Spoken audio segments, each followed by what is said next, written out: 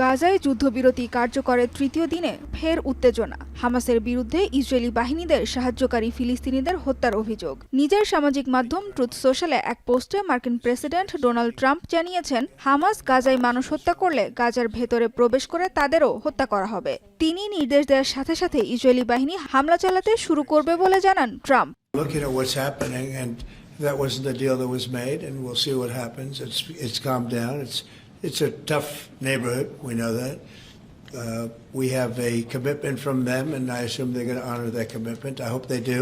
We have our hostages back completely. We were very lucky with that. But it's a tough situation. They brought back bodies today, as you probably know.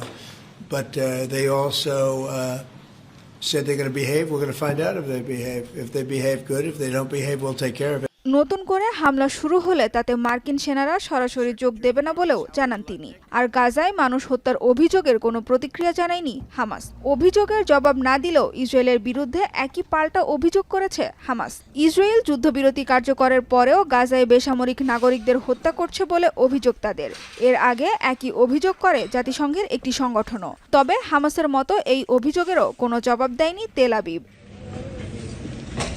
ট্রাম্পের প্রস্তাবিত চুক্তি অনুযায়ী যুদ্ধবিরতির প্রথম ধাপে ২৮ Israeli জিম্মির মরদেহ হস্তান্তর করার কথা থাকলেও হামাস মাত্র ৯টি মরদেহ ফেরত দিয়েছে। গোষ্ঠীটি অত্যন্ত ধীর গতিতে মরদেহ হস্তান্তর করছে বলে অভিযোগ তেল আবিবের। তবে বাকি ইসরায়েলি জিম্মিদের মরদেহ ফিরিয়ে আনার প্রতিশ্রুতি দিয়েছেন ইসরায়েলের প্রধানমন্ত্রী বেনিয়ামিন নেতানিয়াহু। জানিয়েছেন এ বিষয়ে হামাসের ওপর চাপ প্রয়োগ করতে থাকবেন তিনি। הבנים והבנות המופלאים שלנו שמסרו את נפשם במערכה הם אבני היסוד של תקומת ישראל.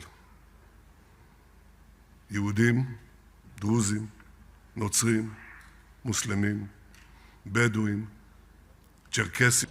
কিন্তু হামাস বলছে ইসরায়েলি হামলায় উপত্যকাটির অনেক সুড়ঙ্গ বন্ধ হয়ে যাওয়ায় মরদেহ উদ্ধার করা কঠিন হয়ে পড়েছে। ধ্বংসস্তূপের নিচ থেকে মরদেহ উদ্ধারে বিশেষ সরঞ্জাম ও সহায়তা প্রয়োজন। ফলে কিছুটা সময় লাগতে পারে মরদেহ হস্তান্তরে। এদিকে গাজায় ত্রাণ প্রবেশের জন্য বৃহস্পতিবার মিশরের রাফা ক্রসিং খুলে দেওয়ার কথা থাকলেও এখনও তা বন্ধ রাখা হয়েছে। ইসরায়েল জানিয়েছে কিছু প্রস্তুতি বাকি থাকায় রাফা ক্রসিং কবে নাগাদ খুলে দেওয়া হতে পারে সে বিষয়ে কোনো সিদ্ধান্ত হয়নি। তার পরিবর্তে দক্ষিণ ইসরায়েলের পার্শ্ববর্তী কেরেম শালম ক্রসিং দিয়ে গাজায় ত্রাণ প্রবেশ অব্যাহত থাকবে। সানজিদা ইসলাম তন্নি, এখন বিশ্ব।